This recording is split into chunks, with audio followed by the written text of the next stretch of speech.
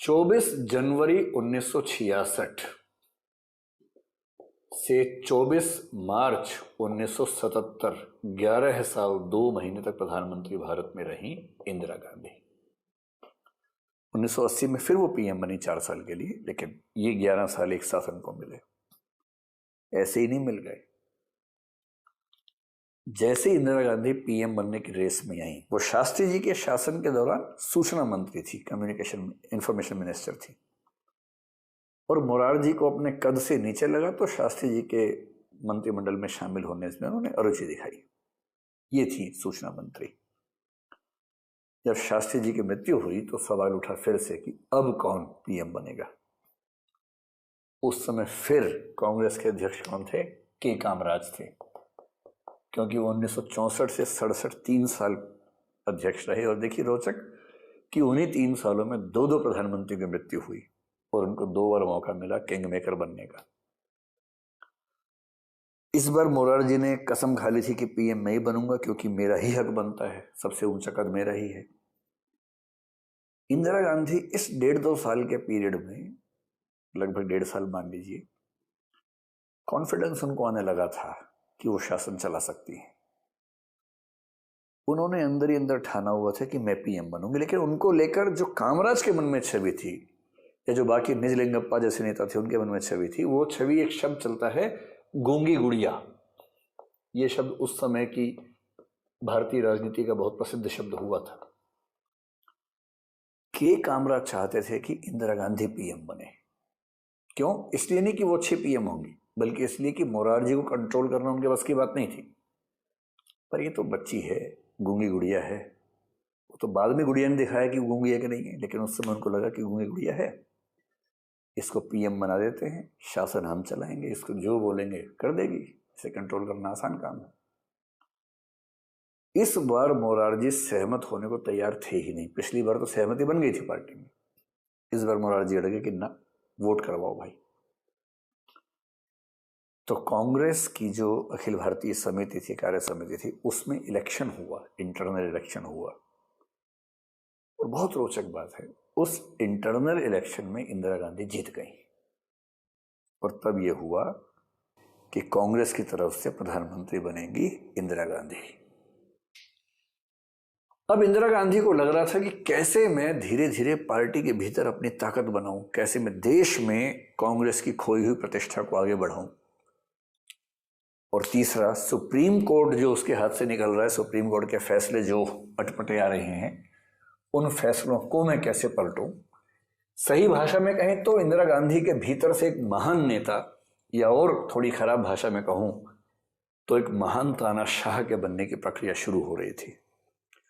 वो समझ गई थी कि कांग्रेस के संगठन को, मोरारजी को, सुप्रीम कोर्ट को, इन सब को कंट्रोल करने का एक ही तरीका है कि मेरी पॉपुलैरिटी बढ़े।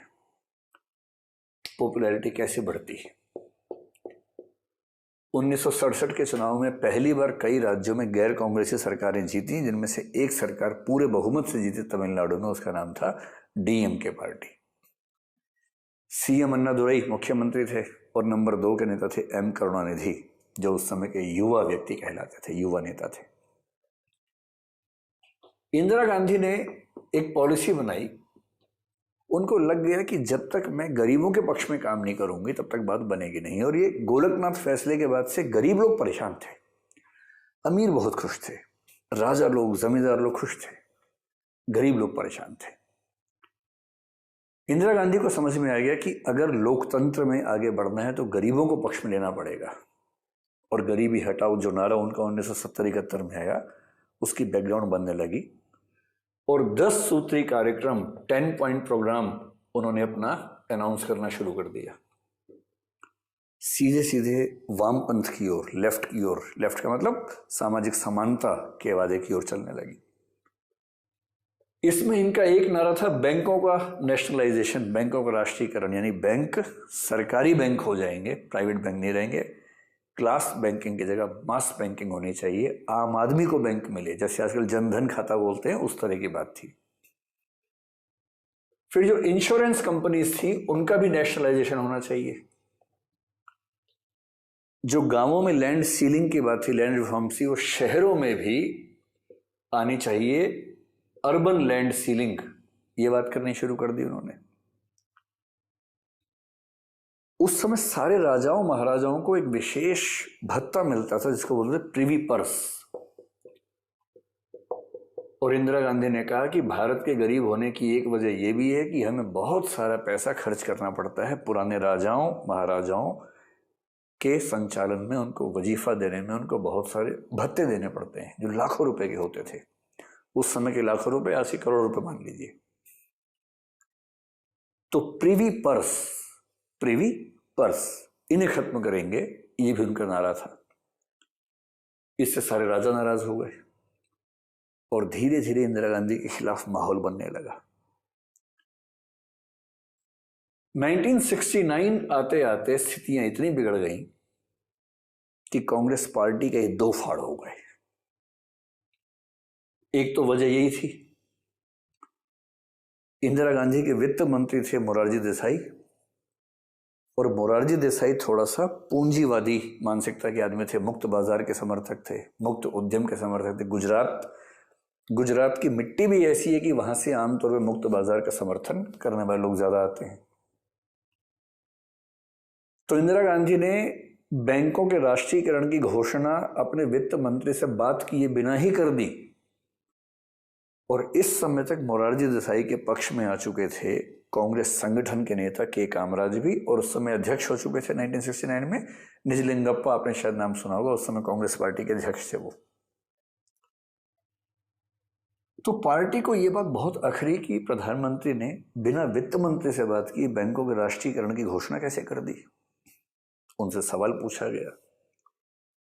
इंदिरा गांधी समझ गई कि अब मामला चलने वाला है नहीं, और उसी समय 1969 में एक ऐसा कमाल हुआ, राष्ट्रपति पद की बात चल रही थी।